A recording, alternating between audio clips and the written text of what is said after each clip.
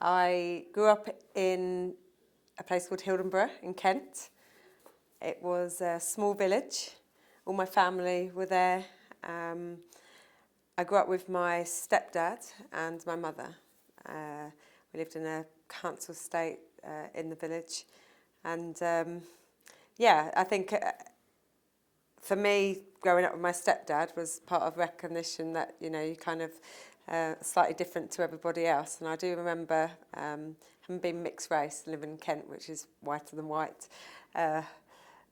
asking the question once when my mum had my brother and he was white, like, why am I a different colour? And it made me realise quite early on, as young people, you're kind of only influenced by what people say to you, rather than what you know.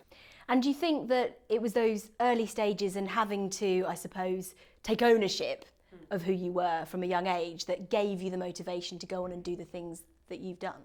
Yeah, I think, like I say, we grew up a working class family, so it wasn't like being given pocket money all the time. So I used to clean windows and cars and do the shopping for the old people around the village, and I think that set my sights on more the charitable arm of who I am. I wanted to always make people happy and help people out, and then obviously to get my own money, so I could be independent. And I think that from a young age I was quite driven to do well. You know, I was always wanting to be the best I could be.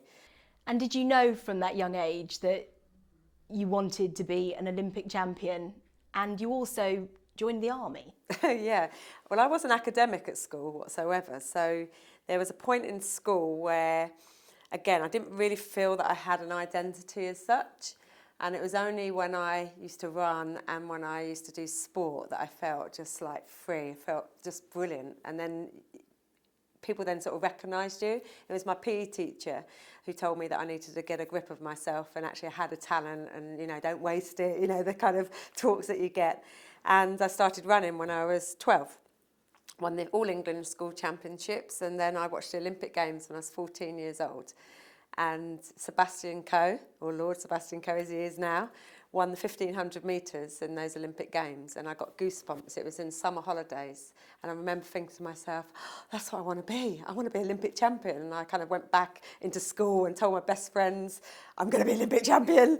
I've not had to swear on it, but they said, yeah, that's the only thing you're good at. And I suppose that was it's parts a time when I think when you're young, where you get a connection with something, and if you really think, oh, it blows you away, suddenly you want to be that person. I wanted to be Olympic champion. And I also wanted to be in the army as a physical training instructor after having the careers officers come and show us the military. And it was something about the army, the soldiers screaming and shouting at those others going underneath the scrambled net and the 12-foot wall. And I thought, yeah, that's me. So you left the army to take up your athletics career then? Yeah, so again, when I was in the military, I was in 1992. I watched the Olympic Games again.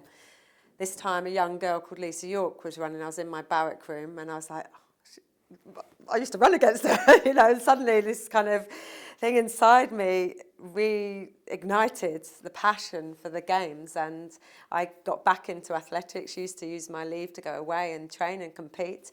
And in the first 6 months of starting running again, I was at the big World Championships semi-final. The following year, I'd won Commonwealth Games, European Champs, and it just suddenly took off. Like it really did. And I think that was partly because both in sport and in military, you have really common grounds. You have about discipline, self-respect, respecting yourself, pushing yourself out of your comfort zone and fighting for what you want. Now, your athletics career, I think it's fair to say, has been remarkable. You're the first British woman to win double gold medals, Athens 2004. But it wasn't plain sailing, was it, up until that point? You had your highs and you had your lows. 12 years as an international athlete, I won 12 medals, but 7 years of those were fraught with injuries and illnesses. And it's how you, again, it's very easy in any situation to give up. Anyone that gets to a hard point in their life can go, I can't do this anymore, and they're never going to be the champions, and I always wanted to be a champion. So you go through those journeys, but it was really, really hard. And in 2003 was probably the hardest year for me ever, because I'd been through this roller coaster ride.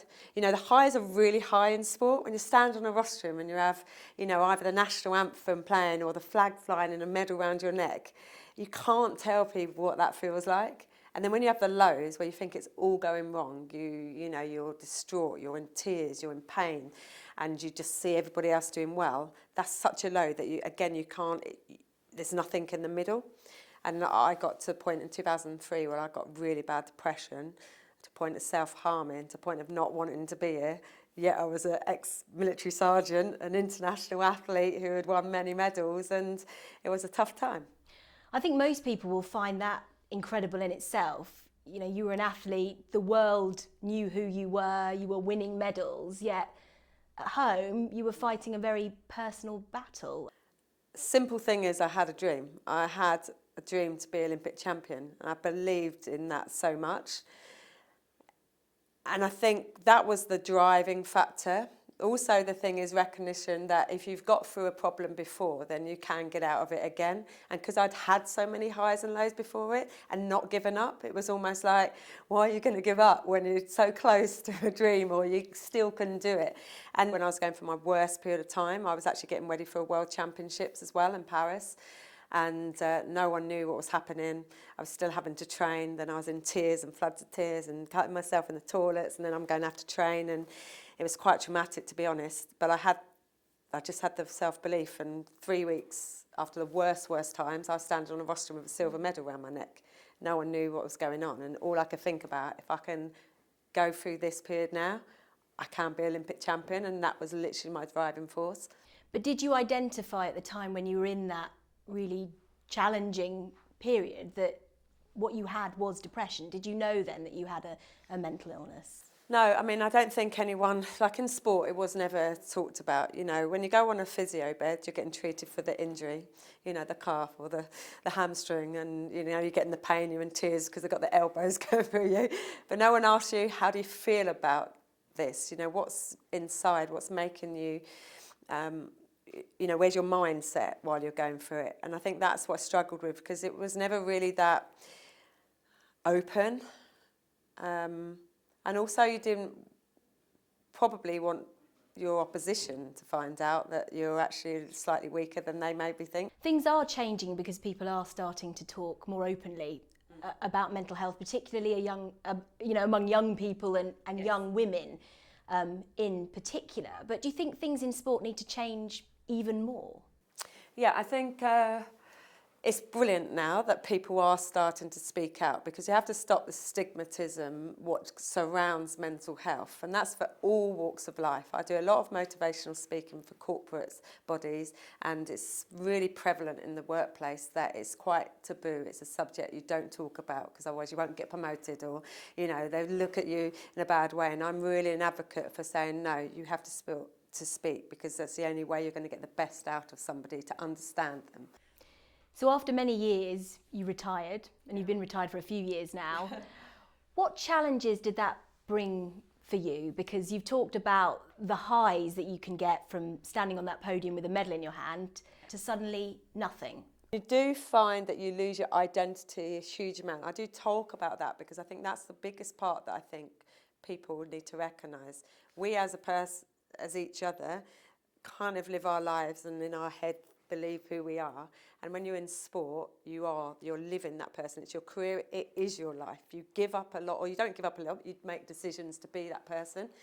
Then that goes. I was very lucky, come back 2 gold medals, the only female, the only British person, come back 2 gold medals. It was amazing. I'd already started mentoring education programs, so that almost gave me a sense of me back, passing on my experiences to youngsters, which I ran for 10 years. And then probably around 6 months after retiring properly, I was just like, I have no idea what I want to do. So what advice would you give to anyone? You faced adversity in your life, you've seen the highs, you've seen the lows. To anyone at the moment, particularly young women that are perhaps facing a challenging situation or are struggling? I'd always say to people, follow your dream. Don't be scared to ask people for help. Don't be scared to tell people what you want. Don't be scared to talk to people if you're in a vulnerable position or you're scared or something, because by talking, that's the only way changes can happen. So what's next for you? Is there anything that you have set your sights on and that you are going for? Well, having been retired for 13 years, and everyone says, oh, you're on sports mad. Actually, the honest truth is, in August last year, my mother passed away. And of everything I've gone through, that was the worst ever moment of my life. Literally, my heart ripped apart. And I talk about it now, I was like, ah! It made me think I've got to think of myself. So I go in the gym. I wanted to get back into my fitness. I wanted to be someone that inspires people, motivates people, and that's what I try to do. So that's what I do this year.